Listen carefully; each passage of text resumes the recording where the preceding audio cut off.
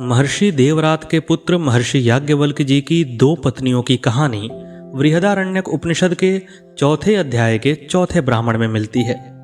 यहाँ पर उपनिषद में कहानी का आशय कहानी कहना नहीं होता है, क्योंकि उपनिषदों में कहानी के लिए बहुत कम स्थान है। वहाँ पर ज्ञान को अत्यधिक महत्व दिया गया है। महर्षि याज्ञवल्क्य जी के जीवन की इस कहानी के माध्यम से उपनिषद में आत्मा की चर्चा की गई है।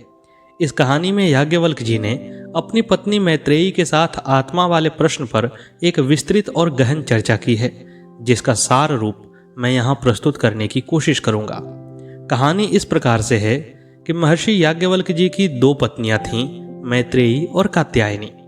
कात्यायनी गृहस्थ आश्रम में रम चुकी थीं। उनका मन केवल गृहस्थी में ही लगता था। उनकी रुचि अपने पति को प्रसन्न रखते हुए अपनी गृहस्थी को सुचारू रूप से चलाने में थी। वहीं मैत्रेयी की रुचि ब्रह्म ज्ञान में अधिक थी। उनका मन हमेशा ऐसे प्रश्नों में लगा रहता था जिससे आत्मा का रहस्य उजागर हो। इसीलिए वे गृहस्थी में कम ध्यान देती थीं और अपने पति द्वारा अपने शिष्यों को शिक्षा दिए जाते समय उनके पास बैठकर उनके ज्ञान को सुनने में उनकी अधिक रुचि होती थी। इसी प्रकार महर्षि याज्ञवल्क्य जी का जीवन व्यतीत हो रहा था। उन्होंने सुखपूर्वक अपने जीवन के बहुत सारे वर्ष बिताए।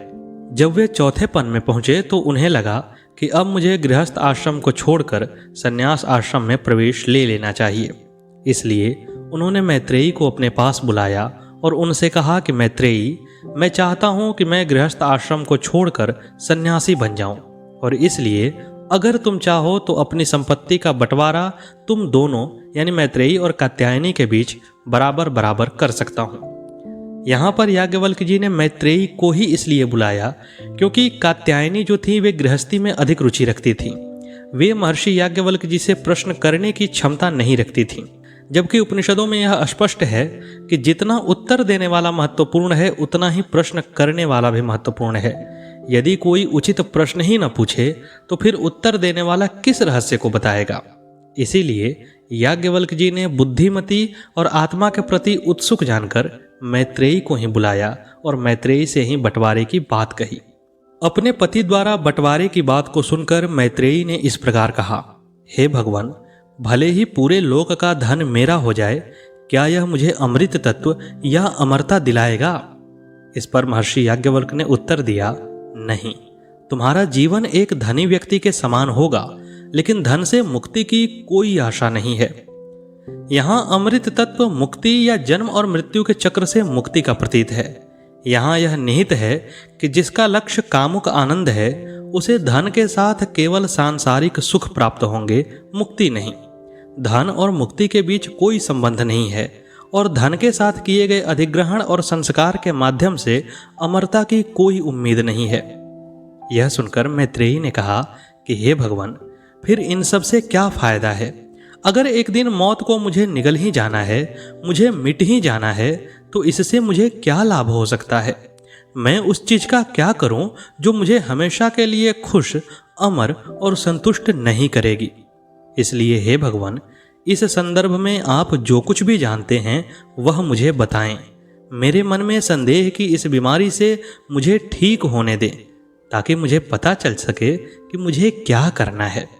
यदि मुझे नित्य सुखी होना है, जिससे कि मुझे किसी भी स्रोत से कोई भय न हो, तो इसकी क्या संभावना है? यदि यह संभावना है तो इस परम संतोष की प्राप्ति के लिए मुझे कौन सी विधि अपनानी होगी?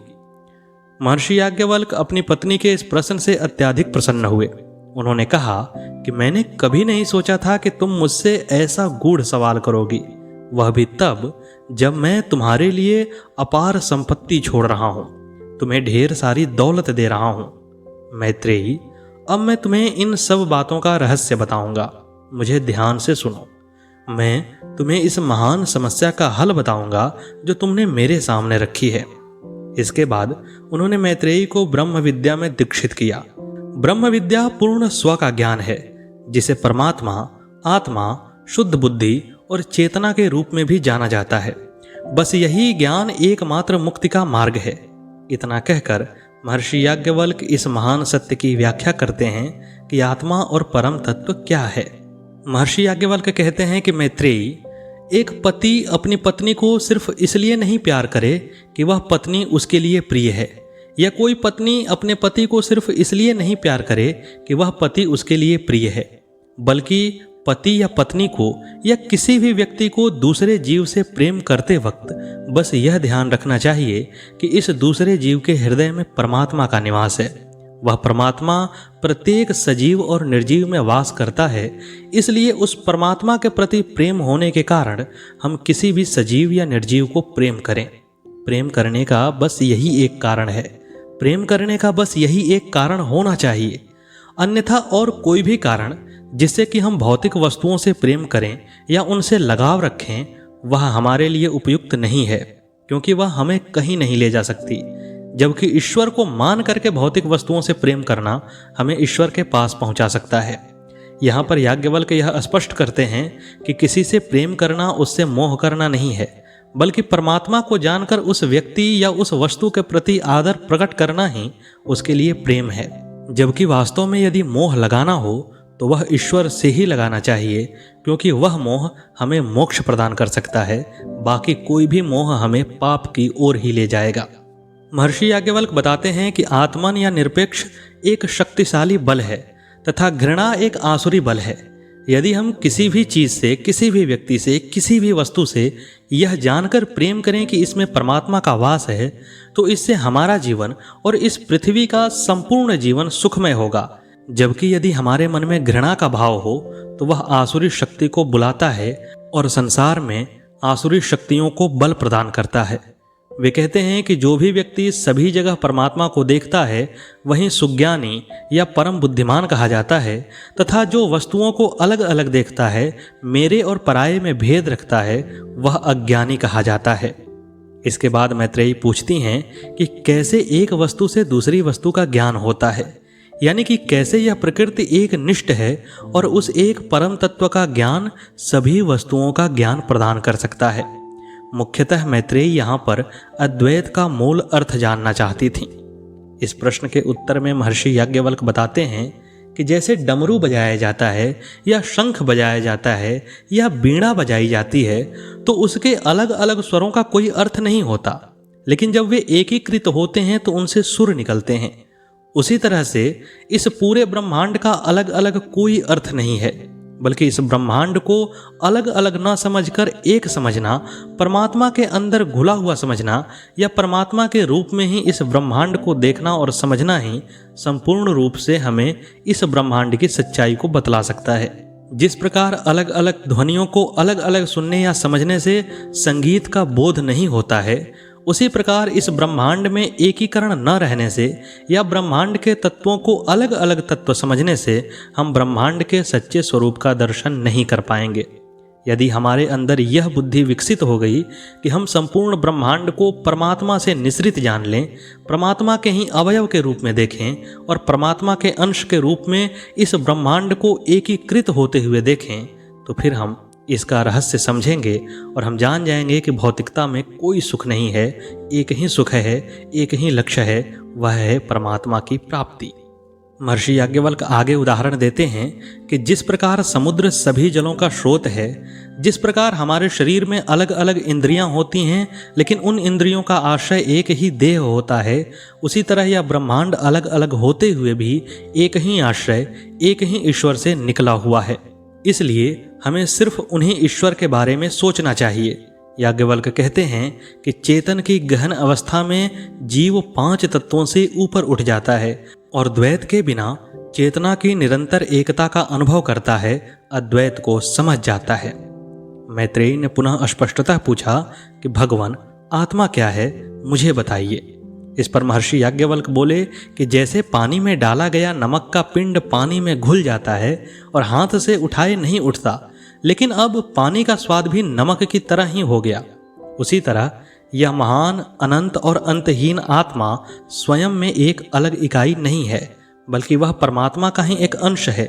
यही आत्मा जब परमात्मा से अलग होती है तो वह जीव कहलाती है, और जब परमात्मा में विलीन हो जाती है तो वह स्वयं परमात्मा कही जाती है। इस प्रकार आत्मा को प्राप्त करने के बाद उस बुद्धि की कोई संज्ञा या कोई चेतना नहीं रह जाती है। यानी कि महर्षि याज्ञवल्क्य बताते हैं कि जैसे ही एक व्यक्ति आत्मा के रहस्य को पूर्णतः जान लेता है तो उसकी बुद्धि के लिए और कुछ भी जानने की आवश्यकता नहीं रह जाती है। इस उत्तर को सुनने के बाद मैत्रेयी ने कहा कि हे भगवान, आपने मुझे भ्रम में डाल दिया है। यह कहकर कि आत्मा शुद्ध बुद्धि है और स्वयं को प्राप्त करने के बाद इसमें कोई और चेतना नहीं रह जाती, बस यही एक ऐसा विरोधाभास है जो मेरे द्वारा समझा नहीं गया है। इस पर महर्षि याज्ञवल्क्य ने कहा कि हे मैत्रेयी, मैं तुम्हें भ्रमित करने का निर्देश नहीं दे रहा हूँ। शुद्ध बुद्धि का अस्तित्व और चेतना की अनुपस्थिति को एक ही इकाई के लिए जिम्मेदार नहीं ठहराया जा सकता। यह जान लो कि स्वयं या शुद्ध बुद्धि अविनाशी और अविभाज्य है। जहाँ कहीं भी द्वैत है वहाँ व्यक्ति इंद्रियों और जीवों के बारे में गलत निर्णय का अनुभव करता है, लेकिन जो स्वयं का अनुभव करता है, स्वयं यानी मैं, और मैं के रूप में परमात्मा का अनुभव करता है, वह जीवन के सभी रूपों में सर्वव्यापी एकीकृत सार्वभौमिक चेतना को देखता या अनुभव करता है। वह इस प्रकार के किसी भी द्वंद्व को मिटा देता है। मैत्रेयी आगे पूछती हैं कि जिस ज्ञाता से यह ब्रह्मांड जाना जाता है उसे किस यंत्र से जानना चाहिए और उसे किस प्रकार जानना चाहिए। इस पर महर्षि याज्ञवल्क्य कहते हैं कि शुद्ध बुद्धि अग्राह्य नहीं हो सकती है। यह असीम और अक्षय है, संघ या सांसारिक मामलों से अछूता है, इसे बांधा नहीं जा सकता। यह दुख से मुक्त है, अहिंसक है।